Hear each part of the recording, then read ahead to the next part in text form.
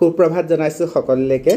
এয়া ৰাতিপুৱা বেলাতে তিয়ঁহ খাই আছোঁ। তিয়ঁহৰ বহুত উপকাৰিতা আছে। হিন্দীত ইয়াক খীৰা বুলি কয়। হিন্দীত এটা কহাৱত আছে, মই অসমীয়াত কৈ দিছোঁ।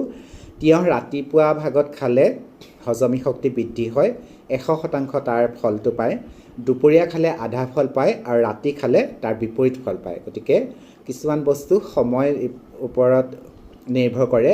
আগবেলা খীৰা খালে ভাল আৰু ৰাতি খীৰা খালে বেয়া। হজম শক্তি কমি গ'লে আয়ুসটো কমি যায়। গতিকে হজম শক্তি বৃদ্ধি হ'লে আমাৰ শৰীৰত পুষ্টি হ'ব, পুষ্টি হ'লে বল শক্তি বৃদ্ধি হ'ব, তেতিয়া আয়ুসটো দীঘল হ'ব। আৰু আমি গাঁৱত যেতিয়া আছিলোঁ তেতিয়া এই দলনি পথাৰত যেতিয়া দল খুৰিছিলোঁ, খুব জোক ওলালে আমি তিয়ঁহ খাইছিলোঁ আৰু বাকলিবোৰ ছটিয়াই দিছিলোঁ।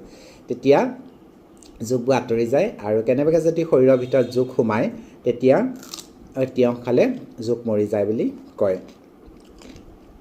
আৰু ডায়েবেটিছ ৰোগীসকলৰ কাৰণেও তিয়ঁহটো উপকাৰী। গতিকে কোনে কোনে এনেকৈ কেঁচা বস্তু খাই জনাবচোন, আৰু মোৰ আজি ভিডিঅ'টো কেনেকুৱা পালে জনাব আৰু ভাল লাগিলে শ্বেয়াৰ কৰিব। সকলোৰে ভাল হওক, সৰ্বে ভৱন্তু সুখিনঃ। ধন্যবাদ।